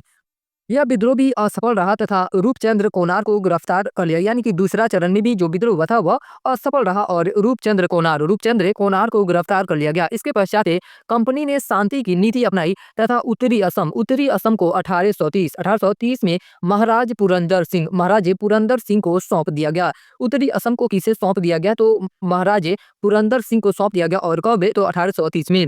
नेक्स्ट है खांसी विद्रोह यह 1828 से लेकर 1833 ईस्वी तक चला था। खांसी लोग मेघालय में फैली जैंतिया तथा गारो पहाड़ियों के बीच निवास करते हैं, जहां उनके अलग अलग शक्ति संपन्न राज्य थे। बर्मा युद्ध के बाद अंग्रेजों ने इस क्षेत्र पर अधिकार कर लिया। ब्रिटिश सरकार द्वारा छतर सिंह को इस प्रदेश का जमींदार नियुक्त किया गया। उन्हें सड़क बनाने की अनुमति प्रदान की गई। छतर सिंह का कहाँ का जमींदार नियुक्त किया गया, तो जो मेघालय था उसी के क्षेत्र, यानी कि उसी क्षेत्र का इन्हें जमींदार नियुक्त किया गया। 1829 से 33 ईस्वी तक के 4 वर्षों के दौरान तीरथ सिंह ने अपने 10,000 साथियों के साथ संघर्ष किया। 1833 ईस्वी में सैन्य बल प्रयोग न करने तथा मृत्यु दंड न देने की शर्त पर इन लोगों ने आत्मसमर्पण किया तथा खांसी विद्रोह समाप्त हो गया। यानी कि जो यह विद्रोह हुआ था, खांसी विद्रोह किसके नेतृत्व में किया गया था, तो तीरथ सिंह के नेतृत्व में किया गया था। और तीरथ सिंह ने 4 वर्षों के दौरान 10,000 साथियों के साथ संघर्ष किया। लेकिन 1833 ईस्वी में सैन्य बल प्रयोग न करने तथा मृत्यु दंड न देने की शर्त पर इन लोगों ने आत्मसमर्पण कर दिया अंग्रेजों के सामने। नेक्स्ट है पागलपंथी विद्रोह जो हुआ था वो 1825 से लेकर 1850 ईस्वी के बीच में हुआ था। उत्तरी बंगाल में प्रभावी पागलपंथी विद्रोह एक अर्ध धार्मिक संप्रदाय के द्वारा करमशाह के नेतृत्व में चलाया गया था। पागलपंथी विद्रोह कब से कब तक चला था, तो 1825 से 1850 तक चला था। और इस विद्रोह का नेतृत्व किसके द्वारा किया गया था, तो करमशाह के द्वारा इस विद्रोह का नेतृत्व किया गया था। उत्तर पूर्वी क्षेत्र में हिंदू, मुसलमान, गारो तथा जांगे आदिवासी इस पंथ के समर्थक थे। ये भी लाइन बहुत इंपॉर्टेंट है कि जो पागलपंथी विद्रोह हुआ था इसके समर्थक के में कौन कौन से जाति थे, तो हिंदू, मुसलमान, गारो तथा जांग आदिवासी इस पंथ के समर्थक थे। टीपू कौन था, तो यह करमशाह का पुत्र था। कौन था टीपू, तो यह करमशाह का पुत्र धार्मिक तथा राजनीतिक उद्देश्यों से प्रेरित था। 1825 ईस्वी में टीपू ने जमींदारों के अत्याचार के विरुद्ध विद्रोह कर दिया तथा शेरपुर पर अधिकार कर वहां का राजा बन गया। विद्रोहियों ने गारो की पहाड़ियों तक उपद्रव किए तथा वह क्षेत्र 1840 से 1850 तक उपद्रवग्रस्त बना रहा। नेक्स्ट विद्रोह है फरैजी विद्रोह यह 1820 से लेकर 1857 ईस्वी तक चला था। फरैजी आंदोलन बंगाल के फरीदपुर जिले में हाजी सरीतुल्लाह द्वारा चलाए गए संप्रदाय के अनुयायियों द्वारा प्रारंभ किया गया था। यानी कि जो फरैजी विद्रोह था इस विद्रोह का नेतृत्व किसके द्वारा किया गया था, तो हाजी सरीतुल्लाह के द्वारा इस विद्रोह का नेतृत्व किया गया था। और इस विद्रोह का क्षेत्र क्या था, तो बंगाल के फरीदपुर इस विद्रोह का क्षेत्र था। इसका प्रमुख उद्देश्य बंगाल से ब्रिटिश सरकार को निकालकर मुस्लिम शासन स्थापित करना था। अतः ये ब्रिटिश सरकार की स्थापना के विरोधी थे। 1831 से 1831 ईस्वी में फरैजी आंदोलन का ब्रिटिश सरकार द्वारा दमन कर दिया गया। यानी कि इस विद्रोह को कब दबा दिया गया, तो 1831 ईस्वी में अंग्रेजों ने इस विद्रोह को दबा दिया।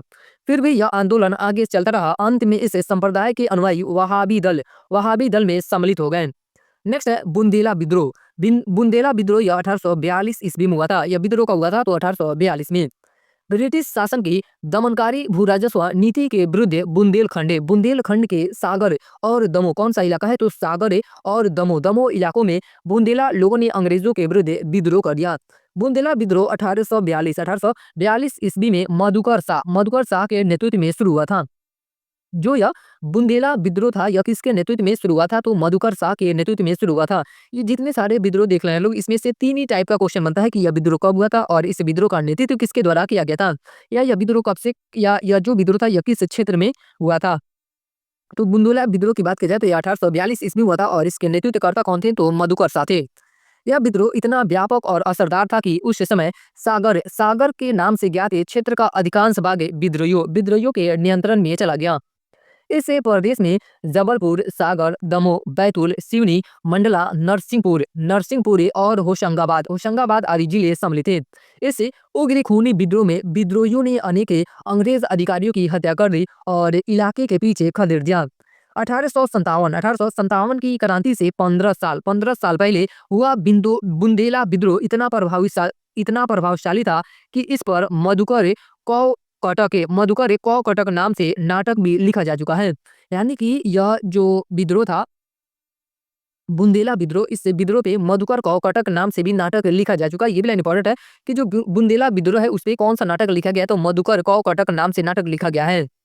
नेक्स्ट है रामोसी विद्रोह। जो रामोसी विद्रोह है यह 3 चरणों में हुआ है। कितने चरणों में यह हुआ है? तो 3 चरणों में। पहला 1822 में और दूसरा चरण इसका 1825 से 26 ईस्वी और तीसरा चरण इसका 1839 से 1841 ईस्वी।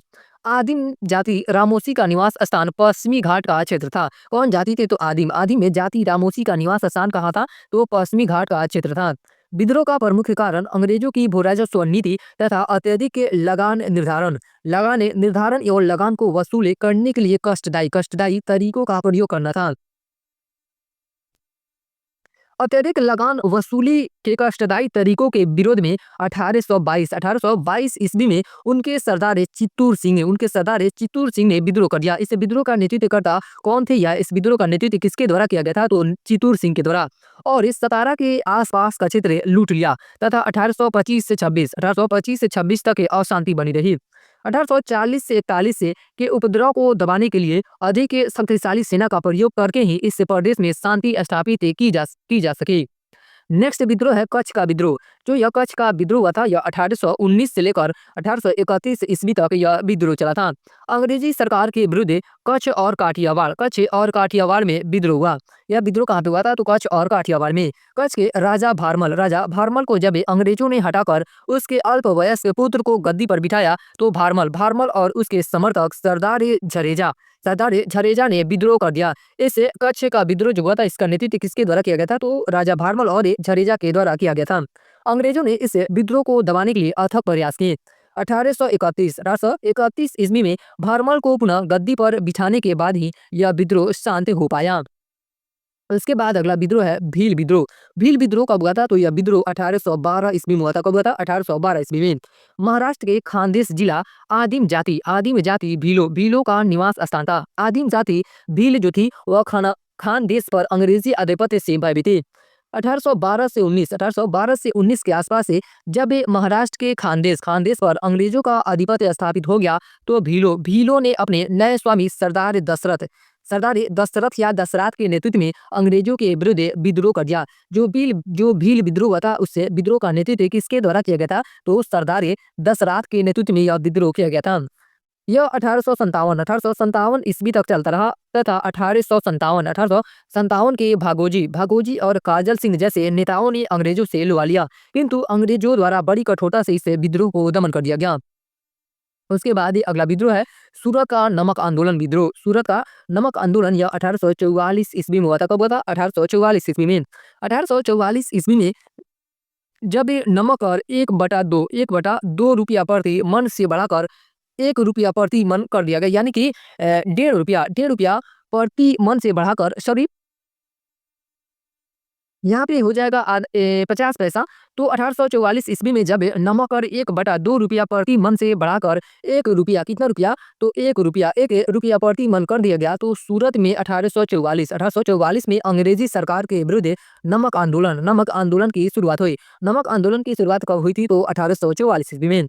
विद्रोह की तीव्रता को देखते हुए अंग्रेजों ने अतिरिक्त कर को हटा लिया, यानी कि जो यह कर टैक्स बढ़ाए थे उस टैक्स को अंग्रेजों के द्वारा हटा लिया गया।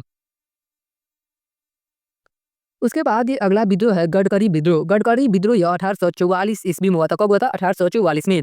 महाराष्ट्र के कोल्हापुर में यह आंदोलन हुआ। कहाँ पे हुआ यह आंदोलन? तो कोल्हापुर, महाराष्ट्र के कोल्हापुर में।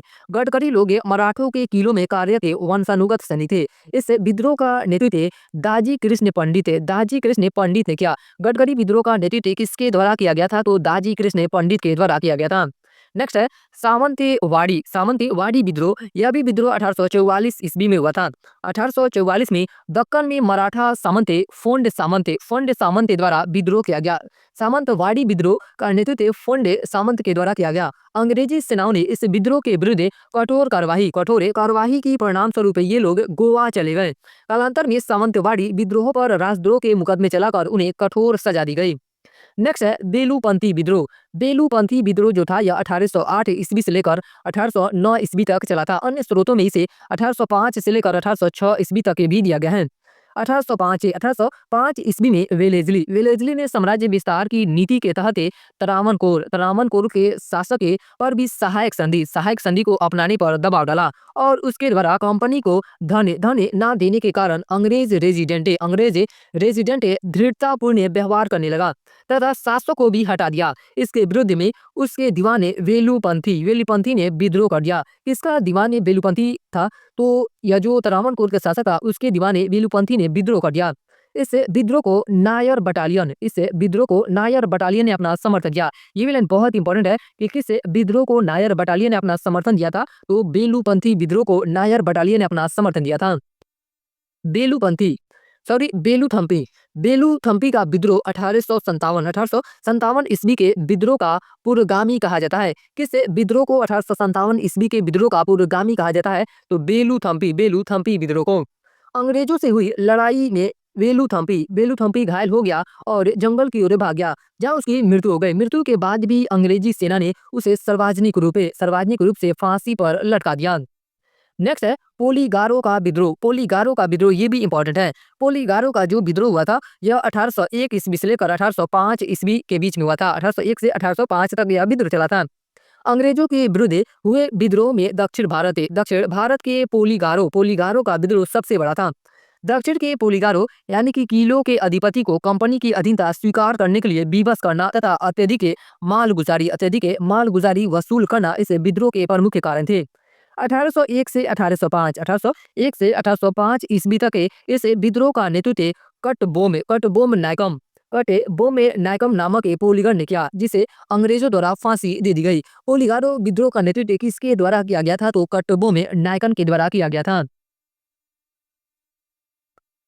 उसके बाद कुछ अन्य महत्वपूर्ण विद्रोह दिए गए हैं, तो जिसमें सबसे पहला है चुहार विद्रोह कब हुआ था? तो 1768 ईस्वी में यह विद्रोह हुआ था और अन्य कुछ स्रोतों में 1766 ईस्वी भी दिखाया जाता है। चुहार विद्रोह का नेतृत्व किसके द्वारा किया गया था? तो दुर्जन सिंह इस विद्रोह के नेतृत्व करता थे। और यानी कि चुहार विद्रोह कहाँ या किस क्षेत्र से संबंधित था? यह जो चुहार विद्रोह हुआ था यह मिदनापुर बंगाल के क्षेत्र में हुआ था। और क्यों हुआ था? संबंधित महत्वपूर्ण तथ्य इस विद्रोह के बारे में, तो अकाल एवं बढ़े हुए भूमि कर के कारण यह विद्रोह हुआ था। यानी कि यहाँ भी अकाल एवं बढ़े हुए भूमि कर यानी कि टैक्स के कारण यहाँ पे भी विद्रोह हुआ था। नेक्स्ट है फकीर विद्रोह। ये भी इंपॉर्टेंट है। फकीर विद्रोह जो था यह 1776 ईस्वी से लेकर 1777 ईस्वी तक चला था और इस विद्रोह के नेतृत्व मजनू शाह एवं चिराग अली शाह के द्वारा इस विद्रोह का नेतृत्व किया गया। और यह कहाँ पे हुआ था? तो बंगाल के क्षेत्र में। यह विद्रोह मूलतः धार्मिक था। जो यह फकीर विद्रोह था यह क्या था? तो यह मूलतः धार्मिक था। नेक्स्ट है पाइक विद्रोह यह 1817 ईस्वी से लेकर 1825 ईस्वी के बीच हुआ था। बक्सी जगबंधु इस विद्रोह के नेतृत्व करता थे और कहाँ पे हुआ था? तो उड़ीसा के क्षेत्र में। अंग्रेजों द्वारा भूमि कर में वृद्धि के कारण यह विद्रोह हुआ।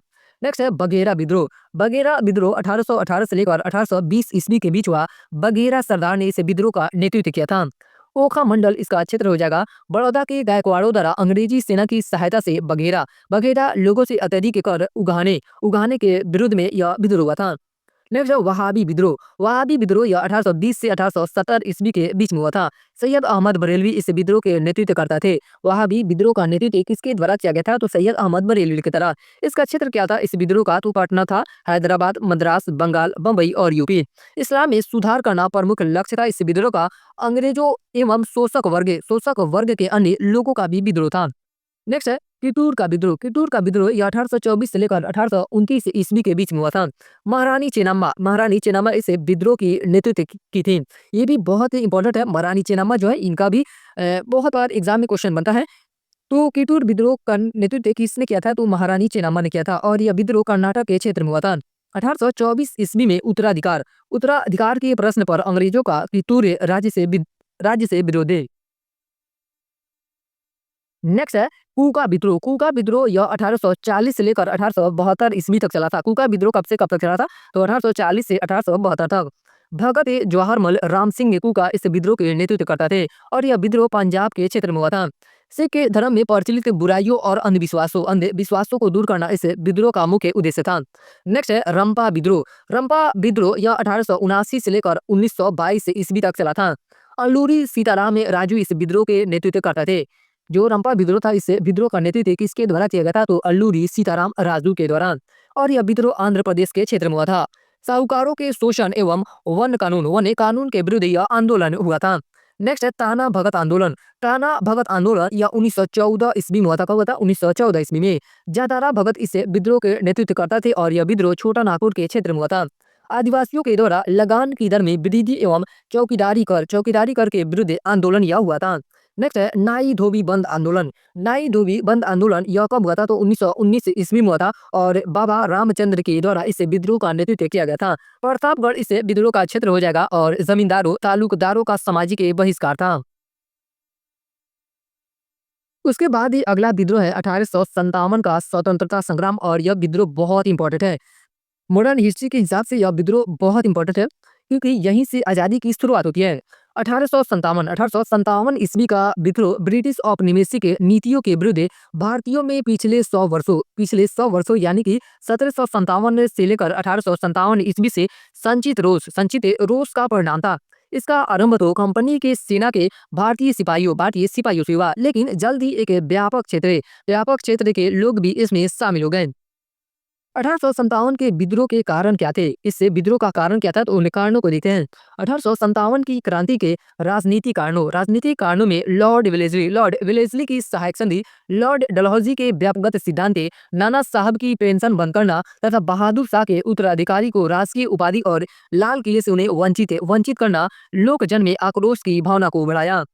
ब्रिटिश भू राजस्व नीतियां जैसे अस्थायी बंदोबस्त, रैयतवाड़ी व्यवस्था, महलवाड़ी व्यवस्था, ब्रिटिश नीतियों के कारण भारतीय हस्तशिल्प उद्योग निचले स्तर पर फैले भ्रष्टाचार आदि में जन भावनाओं को आक्रोशित किया। 1813 के चार्टर एक्ट द्वारा ईसाई मिशनरियों के धर्मांतरण कार्यक्रमों को प्रोत्साहन, धार्मिक नियोक्ता अधिनियम 1850 द्वारा ईसाई धर्म करने वालों को पैतृक संपत्ति में अधिकार, सती प्रथा, कन्यावध, बाल विवाह निषेध एवं विधवा पुनर्विवाह आदि को भारतीयों ने सामाजिक एवं सांस्कृतिक मामलों में हस्तक्षेप माना और अपनी धर्म की रक्षा के लिए उठे खड़े हुए। अंग्रेजी सेना में भारतीय सैनिक सूबेदार के पद से ऊपर नहीं जा सकते थे। ये भी बहुत इंपॉर्टेंट है कि अंग्रेजी सेना में जो भारतीय सैनिक थे वह किस पद से ऊपर नहीं जा सकते थे? तो सूबेदार के पद से ऊपर नहीं जा सकते थे। साथ ही यूरोपियों तथा भारतीय सैनिकों के वेतन में असमानता और ब्रिटिश अधिकारियों द्वारा भारतीय सिपाहियों के साथ तिरस्कारपूर्ण व्यवहार ने सैनिकों की भावना को ठेस पहुंचाई, जिसकी परिणति विद्रोह के रूप में हुई। सेना ने भारतीयों के माथे यानी कि सिर पर तिलक लगाने और पगड़ी बांधने पर रोक लगाई तथा इसकी जगह तुर्रा और पंखे लगा हैट लगाने को भी बस किया। सैनिकों की निःशुल्क डाक सेवा बंद करना, सैनिकों को समुद्र पार ले जाना अन्य सैन्य कारणों में शामिल थे। ब्रिटिश सेना में भर्ती होने वाले सिपाही मूलतः किसान वर्ग से ही थे। अतः किसानों की आशाएं, इच्छाएं एवं दुख दर्द को ये वर्दीधारी किसान अच्छी तरह समझ रहे थे। तत्कालीन कारण में ब्रिटिश शासन ने दिसंबर 1856 ईस्वी में सैनिकों के लिए ब्राउन बेस की जगह न्यू एनफील्ड राइफल के प्रयोग का फैसला लिया। ये भी बहुत इंपॉर्टेंट है और यहाँ से भी कई बार क्वेश्चन बना है कि किस राइफल की जगह पे यानी कि न्यू एनफील्ड राइफल लाया गया था। तो ब्राउन बेस की जगह न्यू एनफील्ड राइफल के प्रयोग का फैसला किया। और यह कब फैसला लिया गया था? तो दिसंबर 1856 ईस्वी में, जिसमें चिकनाई लगी कारतूसों को दांत से काटना दांत से काटना पड़ता था। जनवरी 1857 में यह अफवाह फैल गई कि कारतूस में गाय और सुअर की चर्बी लगी होती है। इससे हिंदू और मुसलमान सिपाहियों को यह लगने लगा कि सरकारें जानबूझकर उनके धर्म को भ्रष्ट करना चाह रही है। नेक्स्ट टॉपिक है 1857 के विद्रोह में विभिन्न मतें, यानी कि कौन कौन से इतिहासकार है और उन इतिहासकारों के द्वारा कुछ मत दिए गए हैं इस विद्रोह के बारे में। एक तरफ इतिहासकार के नाम दिए गए हैं और दूसरी तरफ उनके मत दिए गए हैं। तो सर जॉन लॉरेंस और सीले ने इस विद्रोह को क्या बताया है 1857 के विद्रोह को, तो इन्होंने पूर्णतः सैनिक विद्रोह बताया है। डिजराइली ने इस विद्रोह को राष्ट्रीय विद्रोह की संज्ञा दी है। एल आर रीज ने ईसाई धर्म के विरुद्ध एक धर्म युद्ध बताया है। टी आर होम्स ने सभ्यता और बर्बरता का संघर्ष से बताया है। जेम्स आउटरम और डब्ल्यू टेलर हिंदू मुसलमानों का षड्यंत्र इस विद्रोह की संज्ञा दिया है। हिंदू मुसलमानों का षड्यंत्र। बी डी सावरकर एवं अशोक मेहता राष्ट्रीय स्वतंत्रता के लिए सुनियोजित युद्ध बताया है। डॉक्टर रामविलास शर्मा ने इस विद्रोह को जन क्रांति की संज्ञा दी है। डॉक्टर ईश्वरी प्रसाद ने 1857 की क्रांति को स्वतंत्रता संग्राम की संज्ञा दी है। आर सी मजूमदार ने इस विद्रोह को ना तो प्रथम, ना राष्ट्रीय तथा ना ही स्वतंत्रता संग्राम कहा है। नेक्स्ट है कि 1857 के विद्रोह का प्रारंभ एवं प्रसार। 1857 का विद्रोह कैसे हुआ था और उसका प्रसार कैसे हुआ था। भारतीय सैनिकों के द्वारा चर्बी वाली कारतूसों के प्रयोग करने से मना करने पर ब्रिटिश सरकार द्वारा उन पर अनुशासनहीनता का आरोप लगाकर उन्हें दंडित किया गया। ये लाइन बहुत इंपॉर्टेंट है। 29 मार्च 1857 को 34वीं रेजिमेंट बैरकपुर मुर्शिदाबाद के निकट के सैनिक मंगल पांडे ने विद्रोह की शुरुआत कर दी तथा लेफ्टिनेंट बाग और मेजर सार्जेंट ह्यूसन को मुर्शिदाबाद के निकट एक गोली मार दी, जिससे लेफ्टिनेंट बाग की मृत्यु हो गई। यानी कि इनमें से किसकी मृत्यु हो गई, तो लेफ्टिनेंट बाग की मृत्यु हो गई। और जो मंगल पांडे थे इसे ये कौन से रेजिमेंट के सैनिक थे, तो 34वीं रेजिमेंट के यह सैनिक थे। 8 अप्रैल 1857 को मंगल पांडे को फांसी दे दी गई। इन्हें फांसी कब दी गई मंगल पांडे को, तो 8 अप्रैल 1857 को, तथा इसे सैन्य टुकड़ी को भंग कर दिया गया, जिससे अन्य टुकड़ियों में भी असंतोष से फैला। 24 अप्रैल 1857 को मेरठ में तैनात घुड़सवार सेना के लगभग 90 सिपाहियों ने चर्बी वाली कारतूसों का इस्तेमाल करने से मना कर दिया। 9 मई 1857 को इनमें से कितने, तो 85 सिपाहियों को बर्खास्त कर 10 वर्ष की सजा सुनाई गई। इसके विरुद्ध स्वरूप मेरठ में तैनात ब्रिटिश सेना के भारतीय सिपाहियों ने 10 मई 1857 को विद्रोह कर दिया। तदोपरांत 11 मई को मेरठ के विद्रोही दिल्ली पहुंचे। कब दिल्ली पहुंचे थे, 11 मई को। और 12 मई 1857 को उन्होंने दिल्ली पर अधिकार कर लिया। कहाँ पे अधिकार कर लिया, तो दिल्ली पे इन्होंने अधिकार कर लिया।